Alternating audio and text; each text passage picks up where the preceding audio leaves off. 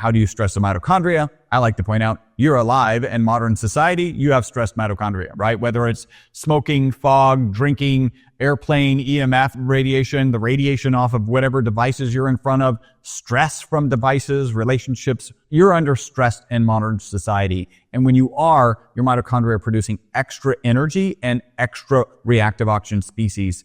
And that's when they run around, if they're left to their own devices, and do that oxidative stress and oxidative damage. And that's where the ESS60 molecule comes in. Again, we know from peer-reviewed published research it gets into the mitochondria. And so we believe it's holding on to those reactive oxygen species on the exterior of that soccer ball cage molecule so that they can't run around and do damage. And then when your mitochondria replenishes the glutathione and replenishes the melatonin, then it can manage those reactive oxygen species appropriately.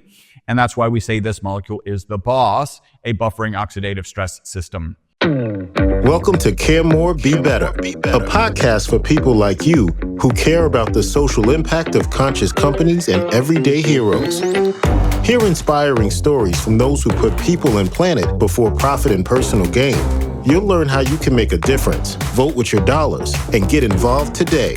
Here's your host, Corinna Bellizzi. Welcome to Care More, Be Better, a podcast for people like you who care about our planet, our health, and each other. Each week, we feature stories of innovators, thought leaders, and activists working to build a regenerative future. I'm Corinna Bellizzi, a sustainability advocate, podcaster, and PhD student at Prescott College, where my research lies at the intersection of regenerative systems, health communication, and social change. With higher education under fire, I've selected them as my cause partner from now through 2026. I am making a donation on behalf of every new subscriber, starting with a base of $60 a month. This is in celebration of their upcoming 60th anniversary.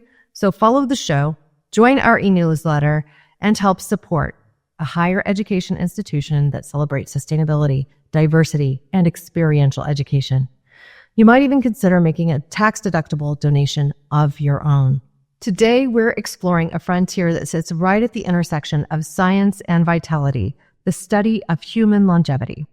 In 1996, the Nobel Prize in Chemistry was awarded for the discovery of a new form of carbon, a soccer ball-shaped molecule called Buckminster fullerene, or C-60. This molecule's unique structure allowed it to act as a powerful antioxidant, neutralizing free radicals far more effectively than vitamin C. In a groundbreaking animal study published in Toxicology Reports back in 2012, C-60 dissolved in olive oil was shown to nearly double the lifespan of rats.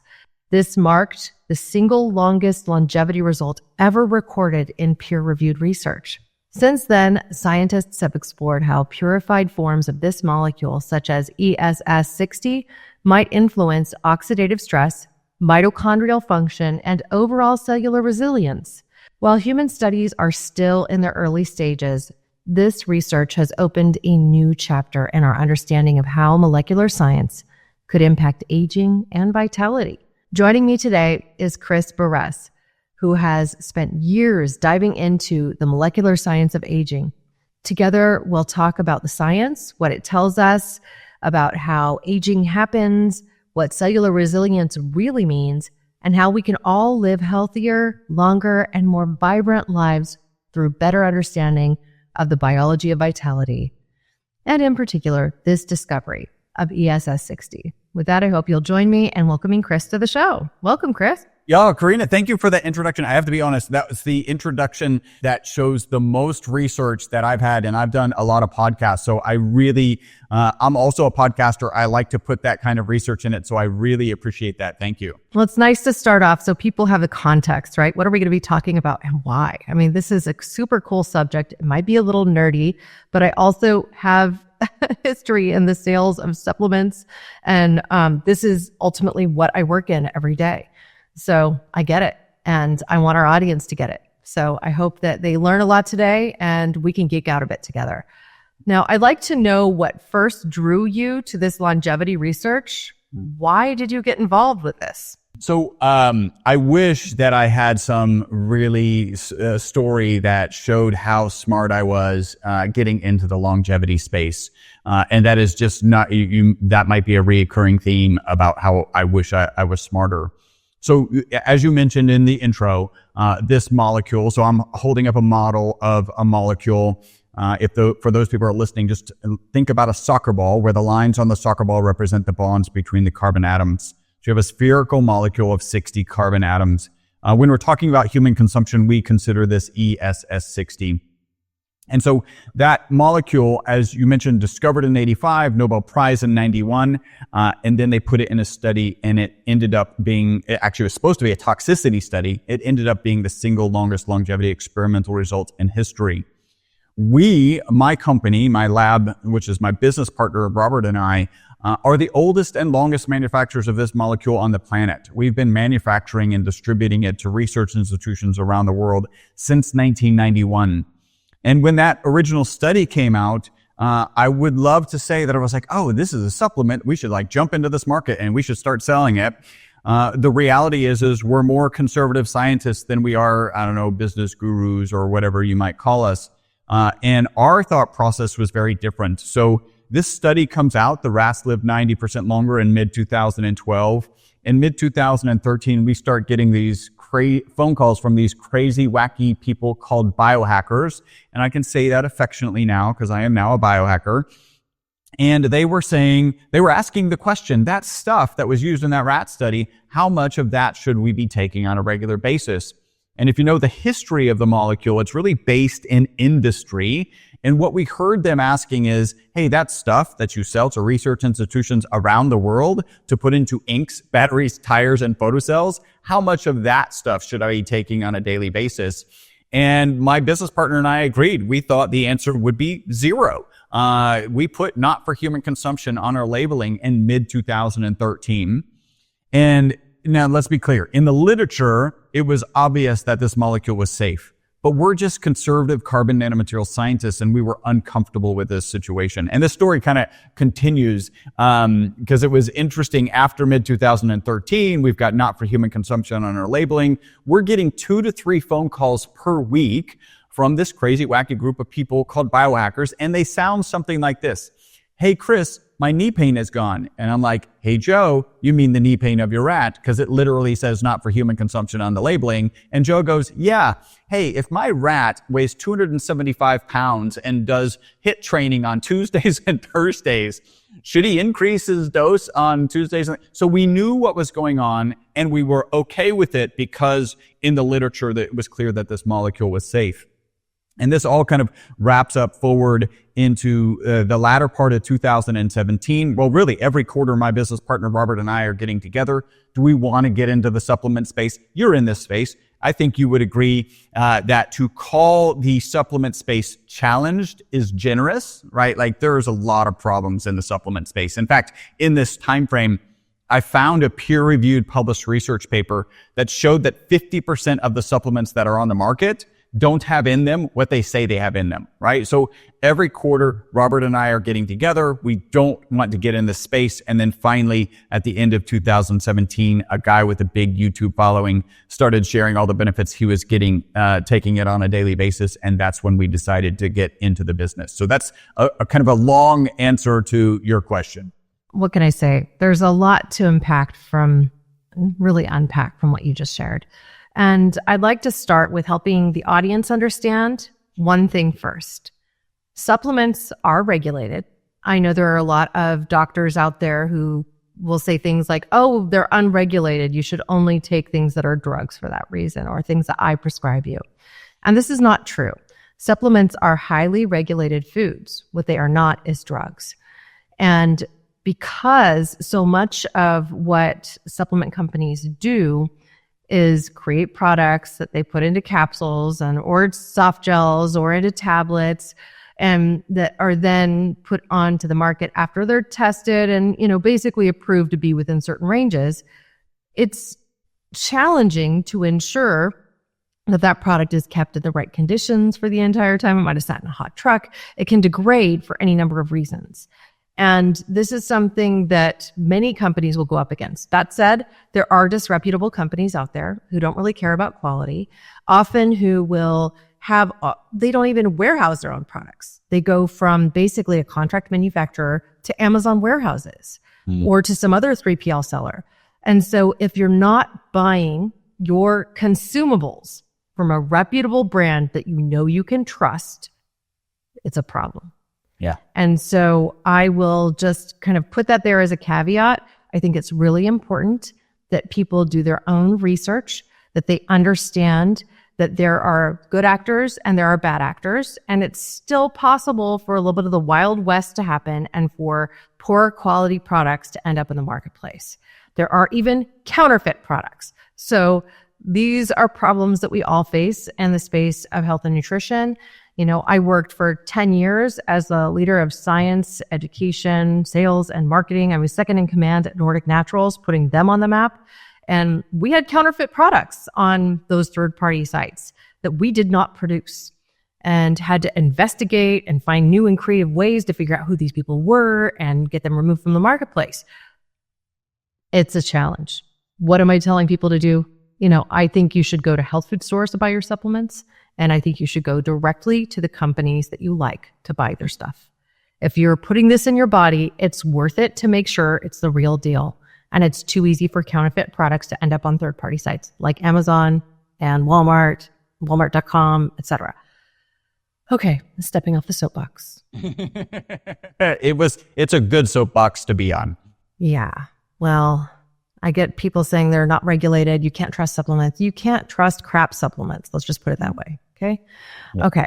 Now, your experiment showed that a 90% life extension in mammals has been called one of the most remarkable in longevity science. What made those results so groundbreaking? What makes them possible, in your opinion? Yeah. Well, I think you're kind of asking about potential method of action, how this is actually working on the routes. Yeah.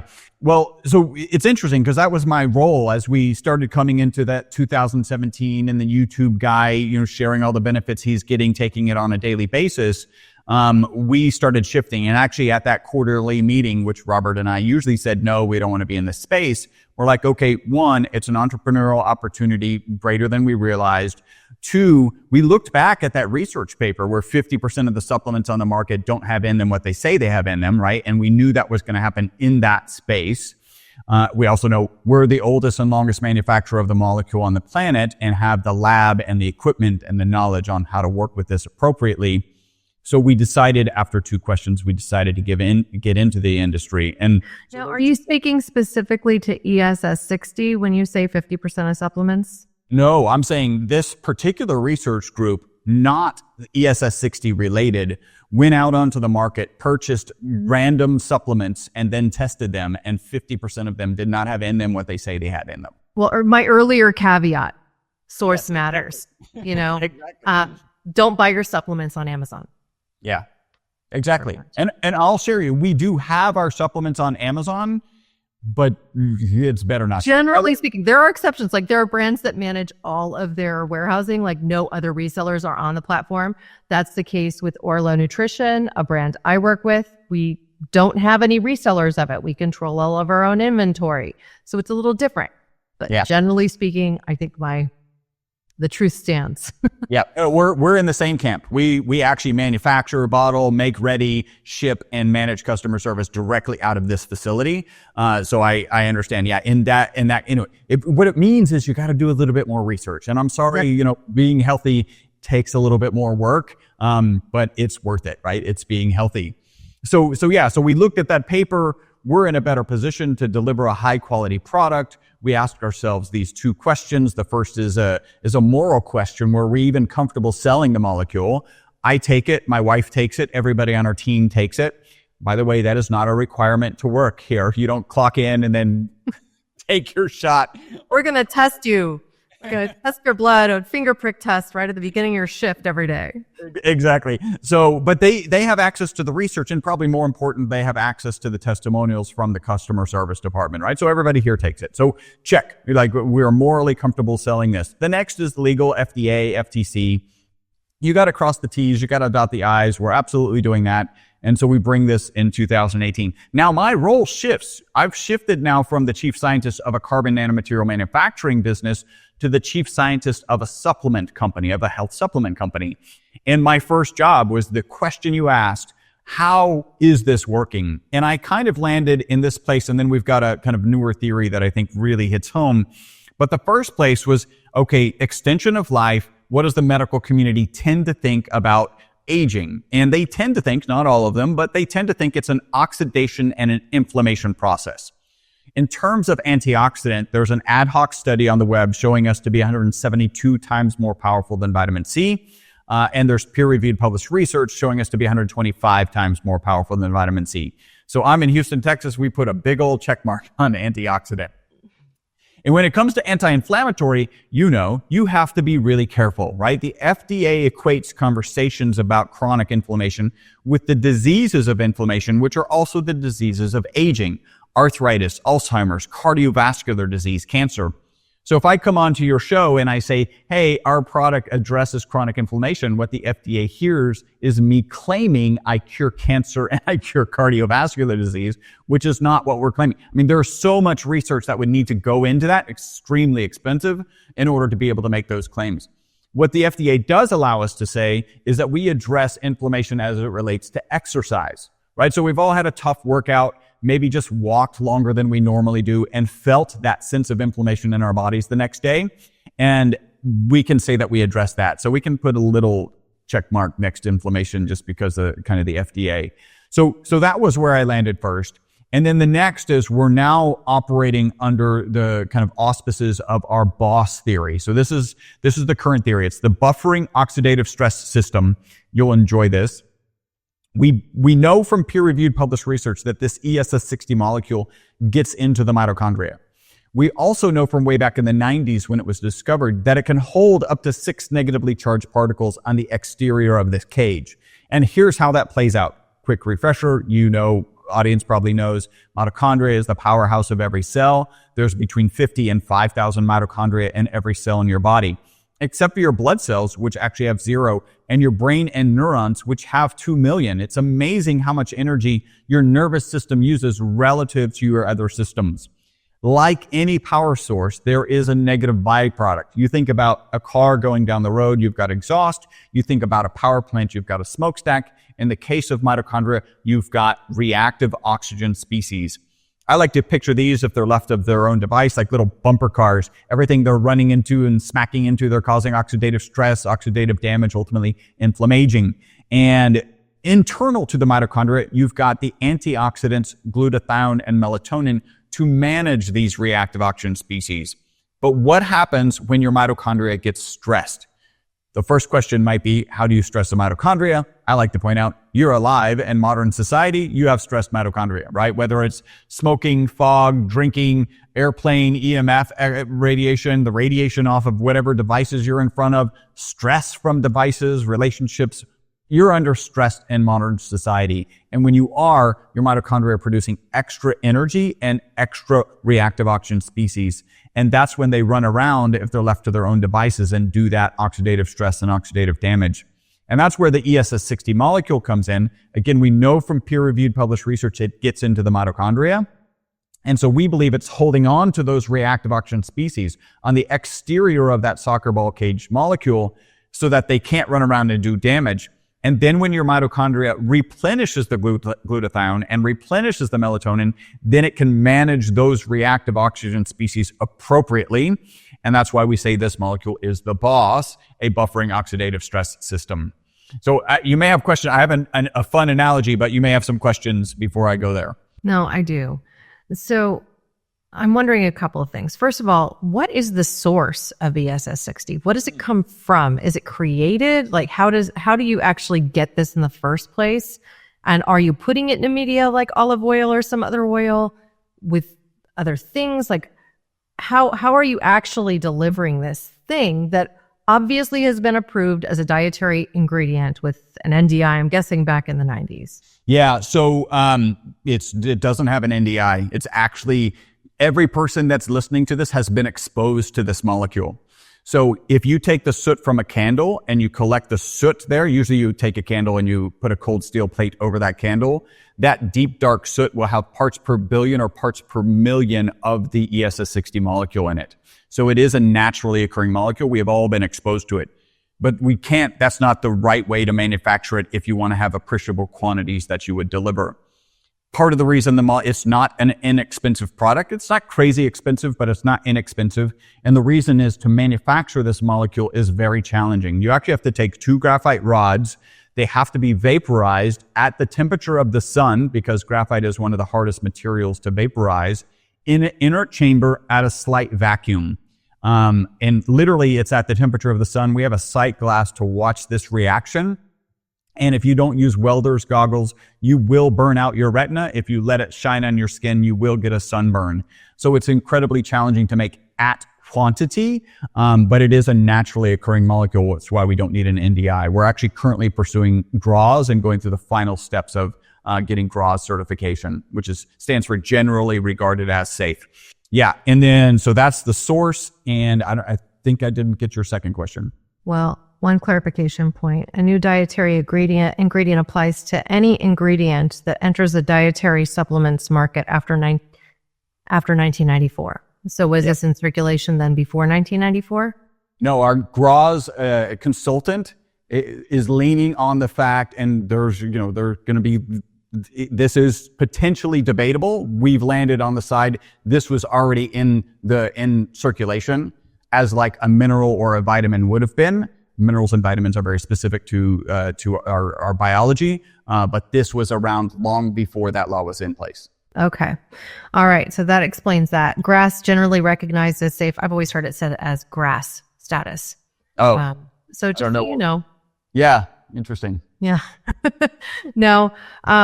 What do we still not know about how ESS60 interacts biologically? That's a great question. I think we have a lot to learn about the very specific mechanisms, right?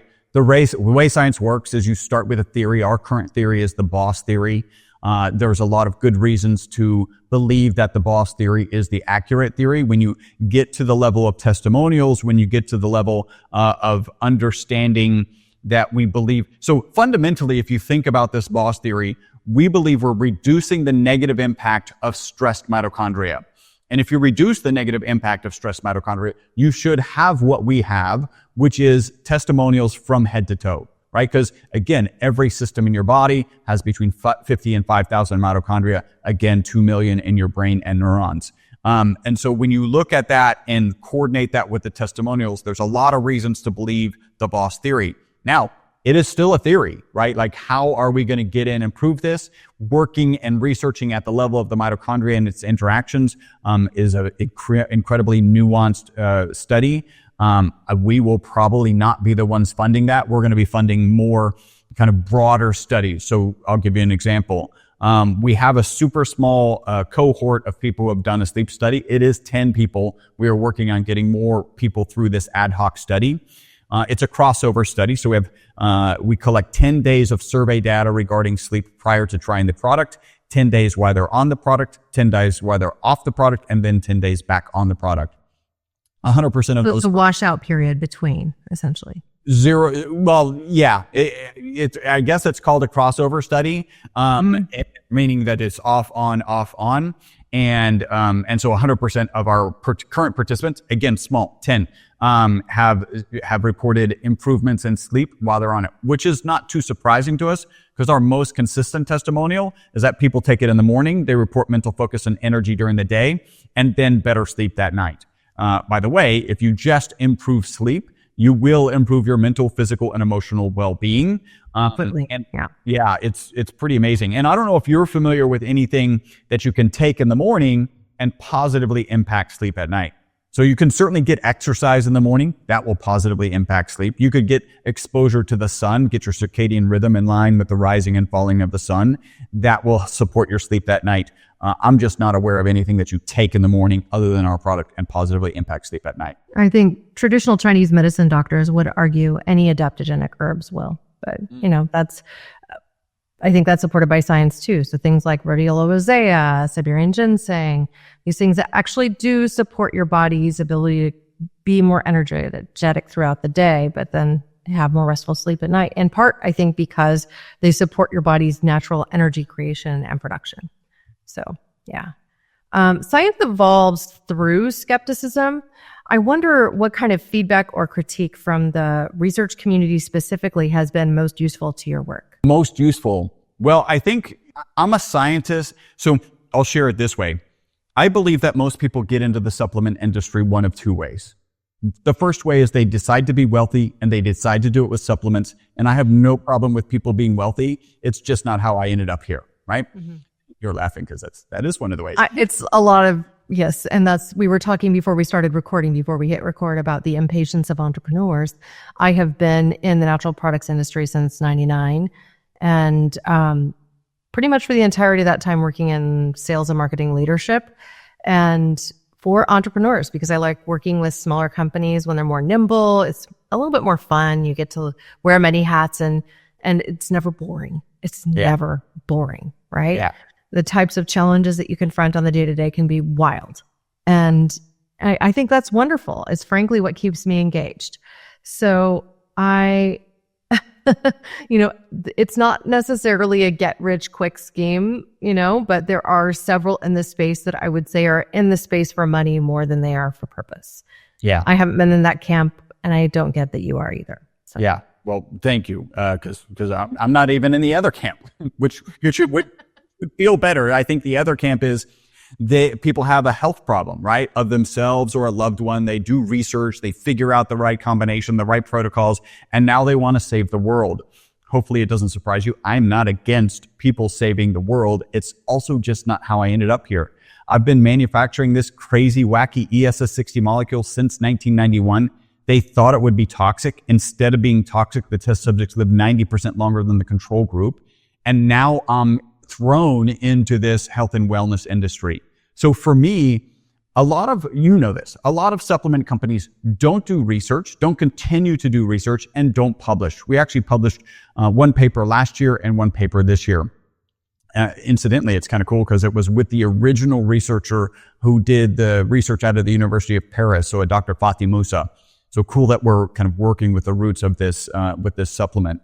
And we continue to do it. The reason most companies don't want to do research is because they're scared of the results, right? They have a good story. The story is selling product. And if they go do the research and prove that the story is wrong, then their whole sales process is screwed, right?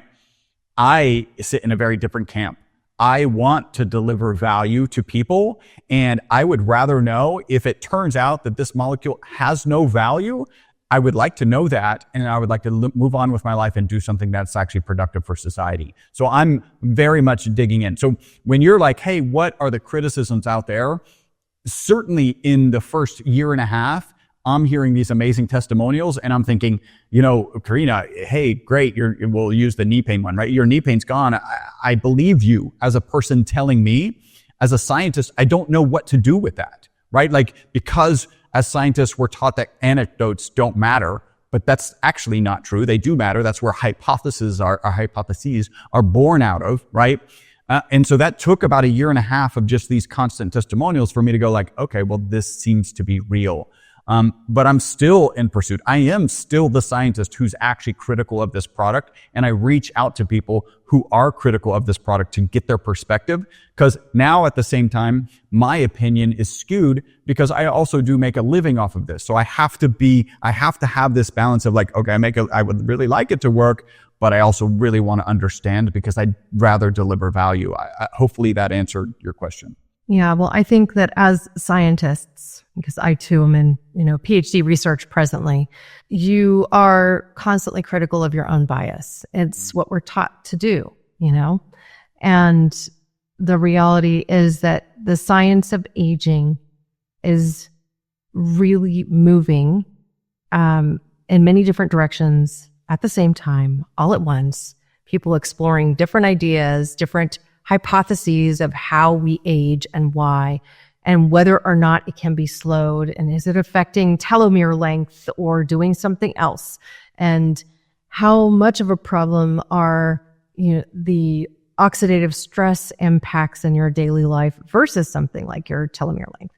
And I mean, heck, I've interviewed on this podcast some scientists who will tell you a lot about that end of the science, right? Like Dr. William Li, who has written the book Eat to Beat Disease, which is also going up against the science of aging, or Dr. Michael Greger, who talks about things like spermidine and wheat germ and how we need to consume more of this stuff, and that wheat shouldn't be scary to us as long as we're getting good, healthy food, things along these lines, as long as you're not celiac, of course. Now, there's caveats to all of these things. These concepts are very general, right? And science isn't general. So it's like these two things kind of come bumping up against each other. We try to get hyper-specific. And so with something like ESS60, I think you are going hyper-specific. I'm reminded now that I don't think you answered the part of the question where I asked about delivery system. You take this ESS60, it's put into what base? Because I mentioned in the opening, it was in a base of olive oil when they did that specific research. So what are you putting it in? How is it delivered? How do people consume it? That sort of stuff. Yeah, so it really is a high-quality extra virgin olive oil with as much of the ESS60 molecule as we can get to dissolve in it. It turns out when you do an allometric, it's close. I don't think it's right, but it's when you convert the dosage that was given to the rats based on the metabolisms of rats versus humans, and you convert that into what a dosage a human should be taking, it turns out to be about 5 milliliters or 1 teaspoon. I end up taking more. We have an MCT product. I put MCT in my coffee, kind of like a Dave Asprey experience, but I don't want the bulletproof coffee, but I don't want the ghee. I don't like how it tastes actually, and I just don't want all those extra calories.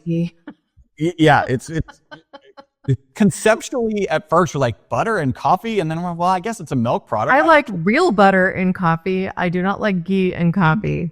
Interesting. I mean, what does the do? So my understanding is ghee is purified butter, which just means filtered, basically. It's butter oil, and it has a different texture, different flavor, different smell. It's just slightly different. And I've had all sorts of ghee through my time. I don't like it raw at all, right? Like if you cook with it, it's okay, but I still prefer real butter. Meaning the stuff that's fresh out of the refrigerator, like I've even made my own butter. So, I've made ghee before. I still don't like it as much. I don't like butter oil, period. Okay. I guess it's the other solids in there that make me like it as much as I do. Right. Well, that makes sense, right? Like there's probably some flavor profile that's significantly different because of what they filter out. Probably has something to do with the Dutch heritage too. I'm like part Dutch and they're crazy for their dairy, Yep. You're just wired that way. So in my coffee, I've got our MCT, this is kind of interesting. So MCT, medium chain triglycerides, is usually basically a clear liquid. When you take carbon, the ESS60 molecule is a black powder. No surprise there. It's based on carbon. When you put that black powder into MCT oil, it turns a beautiful purple color, just how the chemistry works. Anyway, so that I just geek out on that for a little bit. So that goes into my coffee, about 1.5 teaspoons. And then while my coffee's, blending, because you've got MCT oil and water, they usually don't mix. You want to emulsify it. While that's happening, I take 1.5 teaspoons of our olive oil product. And I did mention it's a high quality extra virgin olive oil. It will leave a peppery flavor at the back of your throat, like a high quality olive oil is supposed to do. Some people, we have super small percentage of customers, under 1%, are like, hey, it's burning my throat. Is it rancid? No, that's actually the sign of a really good olive oil. You may have been to an Italian restaurant where they'll put a plate with olive oil and then they'll crack pepper into the olive oil, to dip your bread in. They're cracking the pepper to make inexpensive olive oil taste more expensive, right? So a good expensive olive oil has that peppery flavor. And that's that's the typical serving is 1 teaspoon per day in the morning. Don't take it before bed. On an empty stomach or with food, doesn't matter. So I don't have a problem, and most of our clients don't have a problem, but we have a small percentage, like 5%, who will say that taking it later in the day will keep them up. I think what happens is you do get so remember, most consistent testimonial, people take it in the morning, mental focus and energy during the day, and then better sleep that night.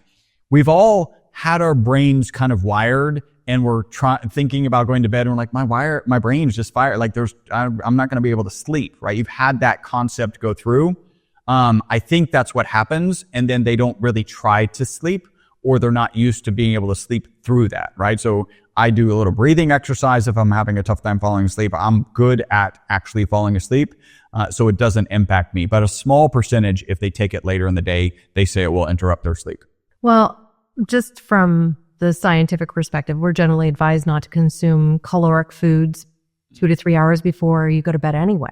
And I think too many people are having that glass of wine or a beer, up until the time in which they go to bed, and then they have a tough time sleeping. Gee, I wonder why. You've just introduced food to your system, calories, right? And especially since this ESS60 seems to be connected to production or health of mitochondria. Mitochondria produce ATP energy. It would make sense to me that you don't necessarily want to consume it right before bed. I will say also that consuming something like a fat in the morning will get things moving, and you probably know what I mean by that. Yep. Yeah, and that's when people say, what are the contraindications? We don't have contraindications with any supplements or medications. Tens of thousands of people have taken this product. But you do bring up one. If you're not used to taking a teaspoon of oil, you will in fact have loose stool. Dave Asprey it's not what Dave Asprey has a phrase called disaster pants. It's not disaster pants. It's actually just some loose stool for a couple of days. But nothing that is problematic.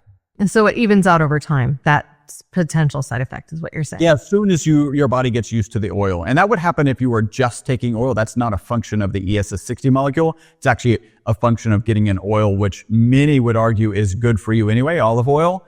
Brian Johnson throws it out there. I love what Dr. Gundry says. The purpose of food is to get more olive oil into your mouth. I think that's a really cool perspective. But yeah, even if you were to just take their oils, if you're not used to it, you would get some loose stool for a couple of days. And I would say the same is true of fish oil. The same is true of, a lot of different things that you would consume.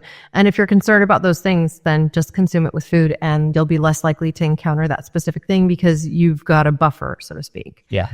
Now, is there specific emerging research in the space specific to ESS60 as it relates to aging that excites you most, either from your lab or in the wider scientific community that you're aware of? Well, the things that are probably the most exciting, we're driving. We're the company that's driving those. Like I said, we're continuing to do research. So we're actually starting a clinical trial. We're going to actually go into proper clinical data for our sleep. We're going to do proper clinical data for hs-CRP, and I can talk about that. That's pretty exciting. And then doing one on migraines. And I'd love to share the stories on why we're doing those. I think that's kind of interesting. So hs-CRP is C-reactive protein?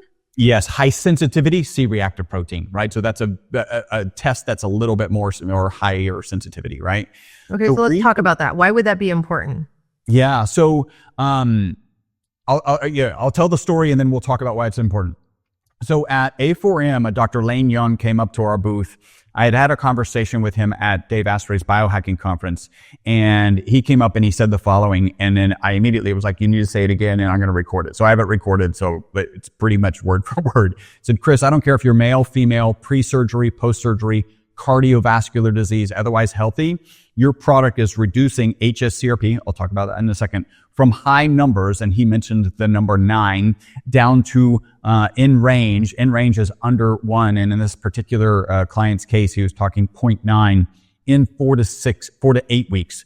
He also said that they're seeing an improvement of 20 to 60% in HRV and sleep.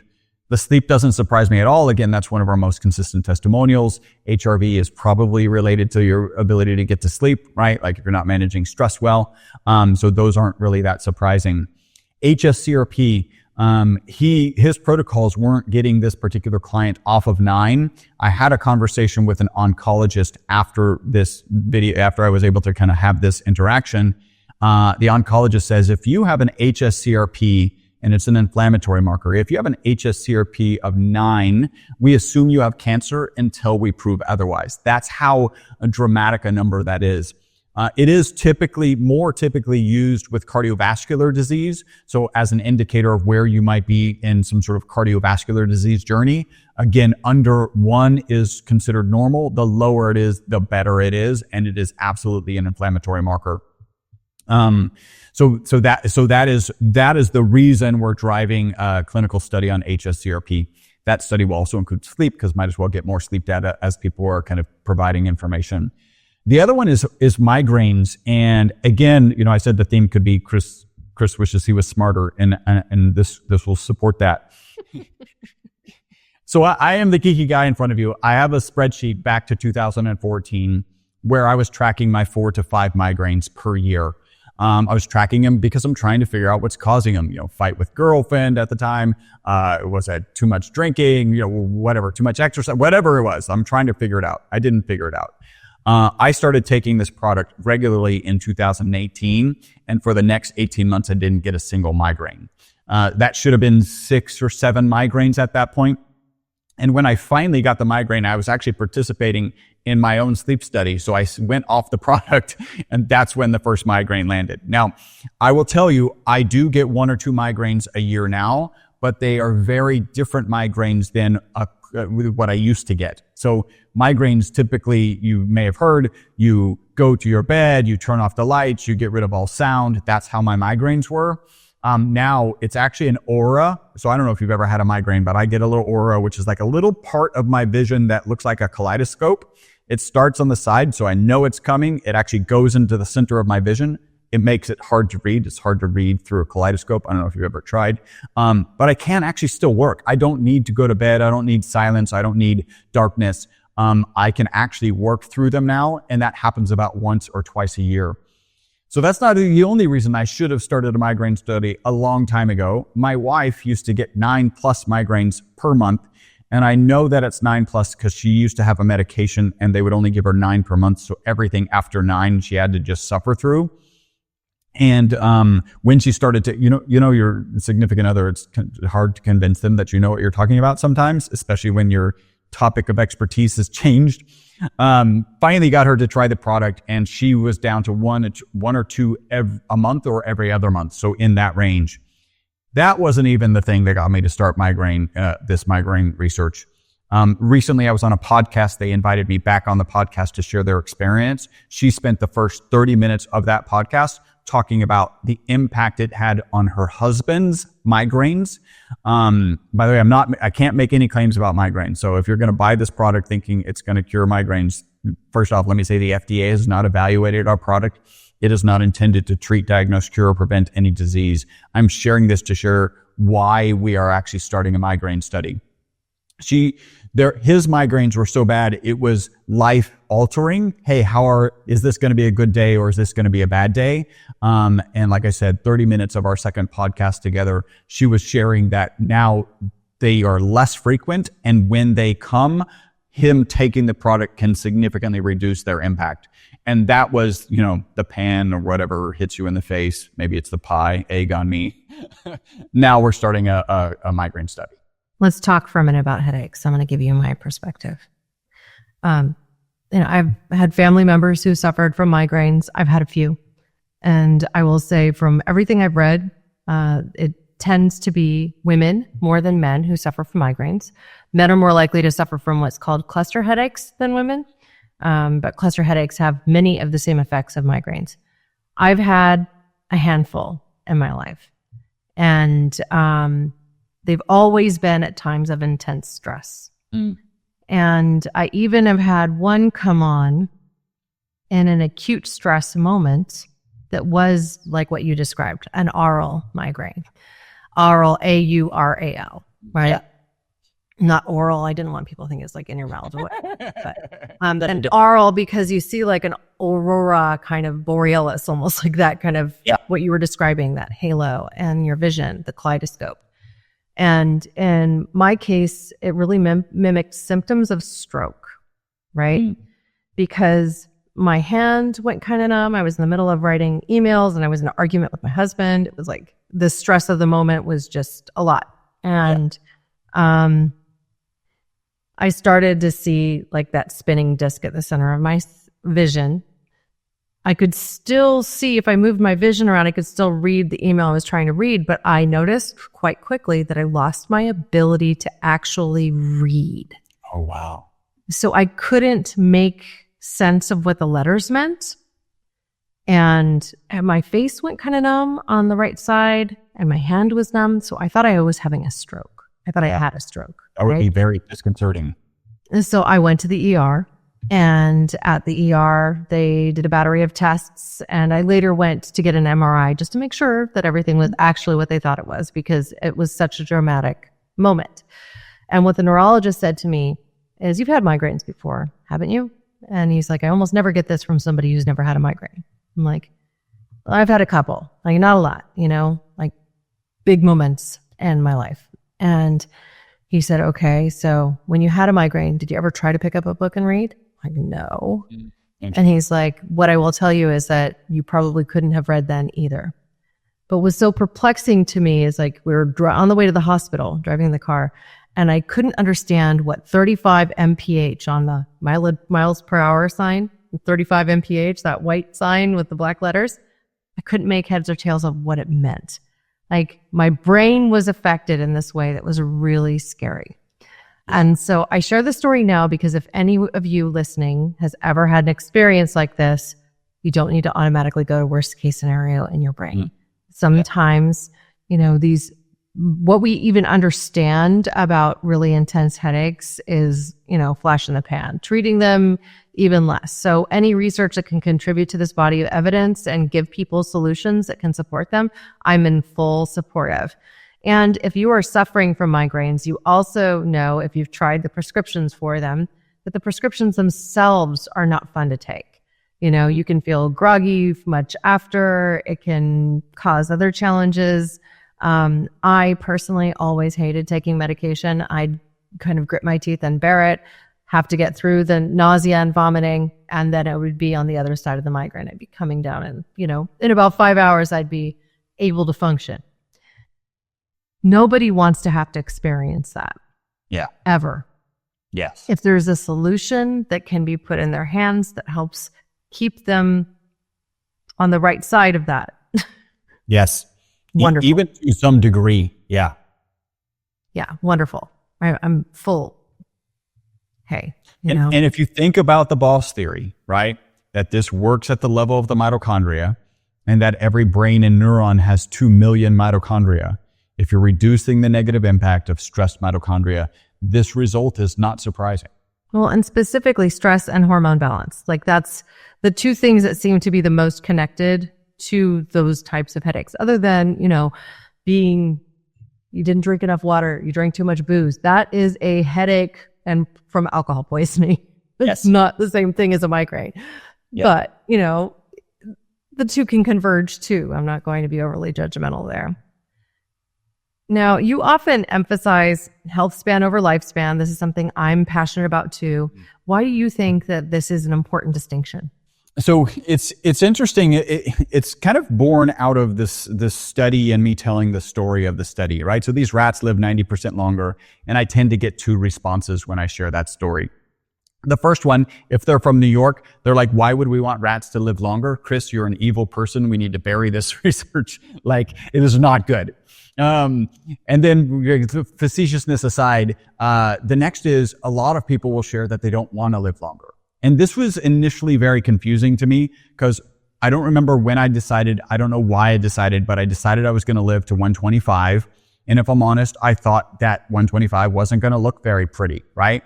And what I came to understand is as people are thinking about living longer, they're unable to separate living longer from living in some state of impairment, right? Whether it's, potentially with Alzheimer's or dementia or cardiovascular, like something negative in their life. And if you're unable to separate those two, I understand why you might not want to live longer. And if you then change the question, you're like, Corinna, hey, if you had the same mental capacity that you have today and the same physical capacity that you have today, would you then be interested in living longer? And that shifts, not for everyone. There's still some people who I think need to do some soul searching and figure out how to deliver value to other people, because there's reasons I believe to stay on this planet longer, delivering value. But for the most people, that really shifts their mindset. And now they understand, hey, living longer makes a lot of sense. And, I think the statistics are about 20% of our lives, like on average, are in some state of infirmment. And yeah, we need to be working on making that better. I know I did a longevity summit. I interviewed like 55 experts in longevity. I was very lucky. I actually interviewed like Dave Asprey, Ben Greenfield, Dr. Stephen Gundry, and like 53 other amazing people. And one of the things that came out of that, I was having one conversation, and they said that their uncle was having a conversation with their doctor, and the doctor was like, hey, you need to like stop drinking and stop smoking, or you're going to shorten your life by 10 years. And he's like, well, is it going to be the last 10 years? Like, I want to chop off the last 10 years, right? Because they were going to be the worst ones. So that's not how it works, but everybody would like to avoid that. And I'll share one last thing. I think the vision that people have for a good life in terms of like health and how the deterioration looks is a candle flame, right? Because a candle flame burns brightly all the way to the end of the candle and then goes away within a very short period of time. And I think that's trying to equate this health span with this lifespan. So much to say. My mother-in-law just turned 90, and she went out and bought a brand new car. She got 2026 Honda Civic, okay? All the bells and whistles. And I asked her before she was buying it, like, how much longer do you plan to drive? And she said, I think another 6 years is realistic. I don't know many 96-year-olds out there that are driving, but if anyone can, it'll be her, Yeah. She is sharp as a tack, still works. She sold life insurance for a long time and long-term care policies, things like that, right? So now she's just in the mode of helping people execute their plans, not necessarily going out there and getting a new plan unless it's by referral, basically. So I love that for her. And I personally have always taken this perspective, much like yourself, that I want to live a long life. And I used to say I'll live to be 96 or something like that. And now, as I'm 49, I have, since my boys started asking, because they'll say, well, Mom, how old are you? And when do you think you will die? Because they're in that age of kind of discovering end of life. They're 7 and 10, right? Yeah. And I just keep telling them, oh, I'm going to be here another 60 years. And I've said that 60 years for the last 3 or 4 years, right? So I think I'll just always say another 60 years as long as I'm still feeling good. And frankly, I think it's all about that because I want to be here to see how the world changes. I want to be here to contribute. I'm not someone who's looking at, oh, am I going to retire at 55 or 65? I don't think my work is done until my work is done. And I don't think my work is done until I'm done, if that makes sense, right? Yeah. This is part of me pursuing a PhD at the age of almost 50. I'll turn 50 next September, and I'm hoping to finish my PhD dissertation before then. So I can say proudly that I earned my doctorate at that point. That's pretty awesome. Yeah. And because, again, I think we're here to learn. We're here to contribute. We're here to experience life. And it's such a gift to be able to do so. So if the tools are available to us to be able to extend health span and lifespan at the same time, I mean, I've always felt like this whole concept of telomeres being like the caps of shoelaces, and that they protect us from, the shoelace that ends up getting frayed and kind of like blows up, so to speak, right? If that telomere length with that, which acts like a cap on our DNA and like continue ability to reproduce and produce healthy cells throughout our lives, I want to see a life that continues to be healthy no matter what. And things like omega-3s are going to support that. Things like, it sounds like this ESS60 is incredible. I haven't tried it. I hope you'll send me some to experiment with myself. But really understanding that there's beauty to life and there's beauty to discovery, and scientific research can teach us things every single day that we continue the inquiry. But it's important to continue the inquiry. It's important to continue the research and the work of it. I know the reason most companies don't invest in research is because it's very expensive. And, you're talking $250,000, $500,000 to do a large placebo-controlled double-blind study, like the gold standard of studies.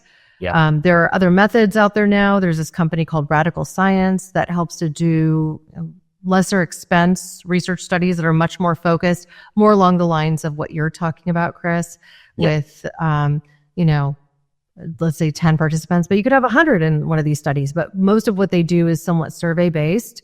And part of what keeps the cost low is that they've put together a structure of these are the sorts of studies we can do surveys on and produce results. And then they essentially do the work of putting together the architecture for you so that you don't spend so much just in that phase of working with an institution. And so it ends up being a huge cost savings to companies. And it's making it more feasible for smaller organizations to do pilot research or even 2 or 3 studies. One of the reasons for that is because Whole Foods Market, which is one of the largest retailers in the natural channel that sells supplements, has said that for every claim on your product, they want you to have 2 to 3 research studies on your own product in order to put it on the shelf. So many companies are using what we would call borrowed research, meaning it's not on their finished goods, and it may not even be at the same dosage. And so it may not be relevant at all to the product that they put on the shelf. And this is where supplements tend to get a bad name, right? So when a company is willing to invest in the research like you are, then you really can have more trust in that. You can say, okay, well, there's at least effort behind this product at this dosage to produce this result. And we're already seeing testimonials which indicate that we should get good results from this, but we're putting our money where our mouth is, and we're going to go ahead and execute that and come to you with the proof. Yeah. Yeah. No, it is a decision that my business partner and I have been wholeheartedly in agreement on from the beginning. Continue to do the research because that through the research we have the evidence that frankly, it gives us a better marketing perspective, right? When we can say, hey, we've done this study. Like there's a certain group of people who will not take our product at this point because it doesn't have enough studies. And I understand that. And I understand why you might have that opinion. And that's fine. I would like to have them as customers. And what do I need to do to have them customers? I need to do this research. Great. Now, in my early research for this interview, I learned that you're known for combining science with humor. How has comedy influenced the way that you communicate complex ideas like longevity? Well, would you like a humorous example of the boss theory? Sure, why not? So I believe, and maybe you might agree, that all biological analogies should begin with Mardi Gras. Okay. Because a lot of biology happens at Mardi Gras, so why not? So this is how I kind of have this analogy for the boss theory. So it's the end of Mardi Gras, and you have these drunk reactive oxygen species running around Bourbon Street, smashing windows, spray painting cars, causing oxidative stress and oxidative damage. And you have the New Orleans Police Department, the glutathione and the melatonin that come onto Bourbon Street and handcuff themselves to those reactive oxygen species and get them off of Bourbon Street. But what happens when the New Orleans Police Department gets overwhelmed? That's where we believe the ESS60 molecule comes in. They take those reactive oxygen species, they stick them in a paddy wagon, right? They attach them to the exterior of this ESS60 molecule. And then when they're able to replenish the glutathione and replenish the melatonin, then they can handcuff themselves to those reactive oxygen species and get them off of Bourbon Street. And that's why we say that the ESS60 molecule is the boss, buffering oxidative stress system. I'll say, so I am not a stand-up comedian. I don't know if that's clear. Some people don't understand the difference. You probably do, but don't understand the difference between comedy improv and doing stand-up comedy.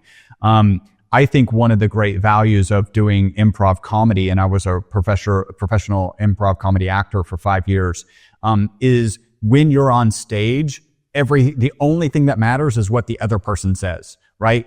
And so I have to be listening, because if you're thinking about a story that's playing out on stage and, it involves, I don't know, a pink polka dotted frog, and I'm going to do something with the frog and the other actor kills the frog, I have to let go whatever story I had created in my head, and now I have to deal with the dead frog or move on past it. But that frog can no longer participate in the party I had planned for it, right?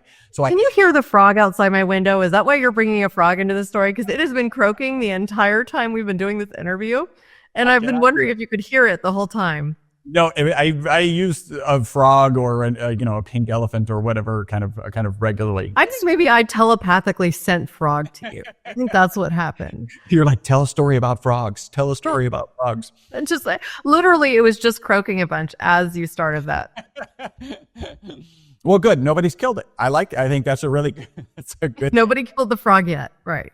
So that really does train you in a pretty high stress situation, right? So there are people in the audience who have paid to be entertained by me and the other actor.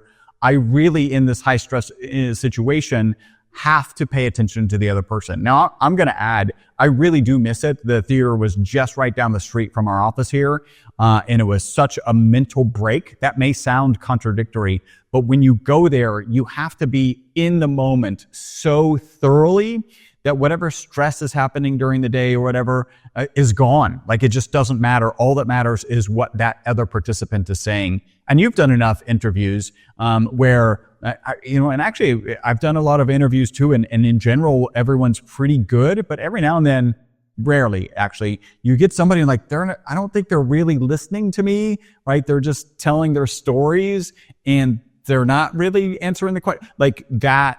The audience senses that. And I think this kind of improv training really helps to make sure that I'm present and address, I do have stories that I want to tell. And then I also need to address your particular questions. I love that. Now, as we prepare to close the interview, I want to ask you a couple of final questions.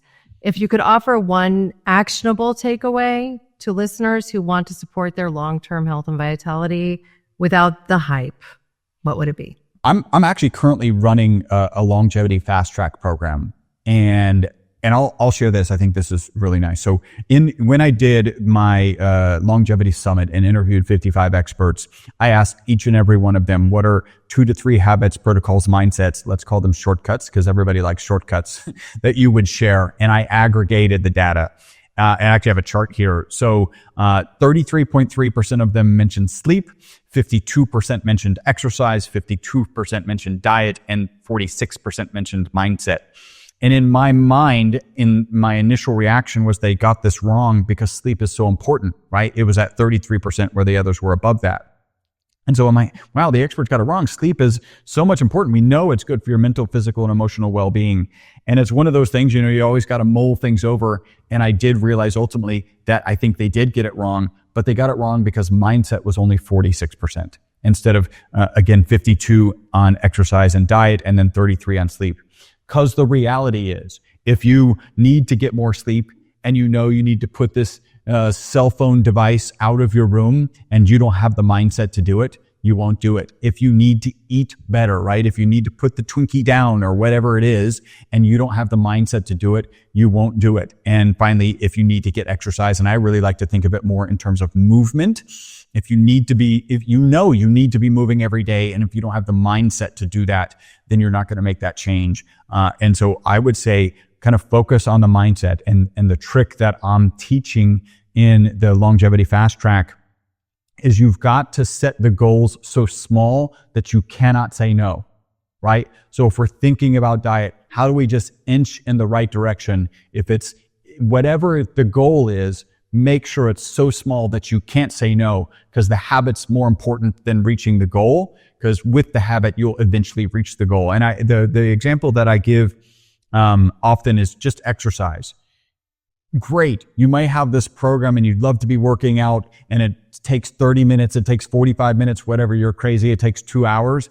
And because it's so long, you don't do it every day, right? Stop that and figure out what it is that you're going to do every single day, because it's more valuable to do movement every day than it is to do more movement only a couple days a week. And so I would say spend some time and use that sheet, which is how do you convince yourself to have some focus on sleep, exercise, and diet every single day. Make it small enough that you can't say no. Well, I love that.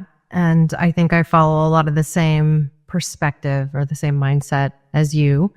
I also think sleep is critically important, and probably more so as I believe I'm in the perimenopause phase. I'm 49, so I should be. I still have my period every month like clockwork, but I've found it more difficult lately to sleep through the night. And I'm told that this could be a hormone issue. So, working with my acupuncturist to help figure it out. But I also now wonder if ESS60 could be part of that solution. So I understand that you have a deal you're willing to offer my audience. And so I wanted to give you the floor to do so as we prep to wrap. Okay, if it's okay, I would like to map out what people tend to feel on the product. Kind of, we think of it in terms of 3 months. First month, we really think about focus and energy. And I've got one testimonial. The lady took the product in the morning. She recorded the video that evening, and she pointed out that she didn't finish her cup of coffee. If you're a coffee drinker and you noticed that you didn't finish your cup of coffee, that's what we're looking for in that first month. That's what people are reporting. When you think about the second month, it really is sleep.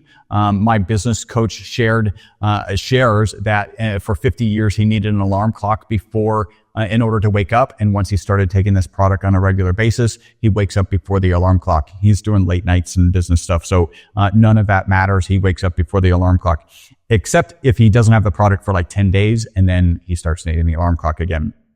And then finally, in the last month, third month, you're really seeing kind of the impact on mitochondria really manifest.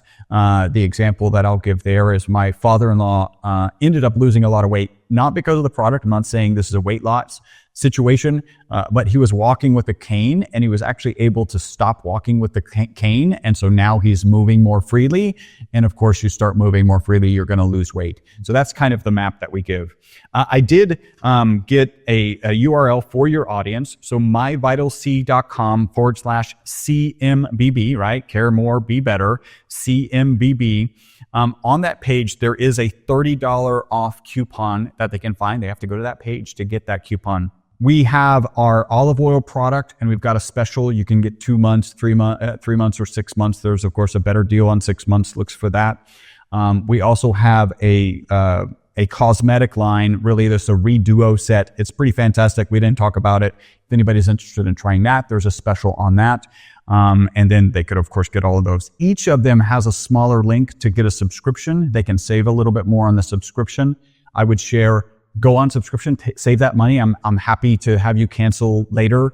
My customer service department has 1,000 5-star reviews on Google. They are not trained to talk you out of your subscription, canceling your subscription. They're there to help you, and they're pretty amazing at that. 2 other small things. From that longevity summit that I did, I put together 18 biohacks from the collective wisdom of those 55 experts. And you can get that for free. Those 18 biohacks are free right there at the top. And then I do have one charity piece that I'm very proud of. So my book is called Live Longer and Better. It's available on Amazon. It's also available on our site, both for $19.95. For $10 extra, I'll autograph the book for you. And 100% of that $10 goes to Operation Underground Railroad. You may remember a movie, The Sound of Freedom, which is a great movie about a horrible topic, which is child sex trafficking. Operation Underground Railroad is doing a great job to wipe that off of our planet. The sooner, the better. So 100% of that signature fee goes to Operation Underground Railroad. Really nice. Thank you so much, Chris, for that offer. I'll direct my audience to that link specifically from show notes as well. So if they don't remember it, they can just click right through, as well as a direct link to your book, probably the easiest way, through your site. Yeah. So I think that's amazing. I really have appreciated your insight and your perspective today. I think we've kept it interesting, even talking about improv and frogs. So perhaps the frog outside my window contributed to this as well. For those listening, you can learn more about Chris Burres and the research behind ESS60 by visiting MyVitalC.com. And of course, our show notes will have direct links. Any other closing words, Chris? No, Corinna, thank you. This is a great interview. Thank you so much. If you enjoyed today's conversation, please share it with a friend and subscribe wherever you listen to podcasts. Visit caremorebebetter.com to access complete show notes. There you will also see the YouTube version of this podcast, as well as complete transcripts and direct links to related episodes where we've covered health issues. And remember, every subscriber helps us give back. For each and every new listener who joins our community, we are making a donation on your behalf to support access to higher education at Prescott College. Together, we can regenerate our planet and support the next generation of sustainable leaders. Because with a little more care and some mindfulness, we can create a better future for all. Thank you. Thanks for listening to Care More, Be Better, a podcast for social good. To make sure you never miss an episode, subscribe, rate, and review wherever you listen to podcasts. And share with your friends to help us reach more people and spread more social good.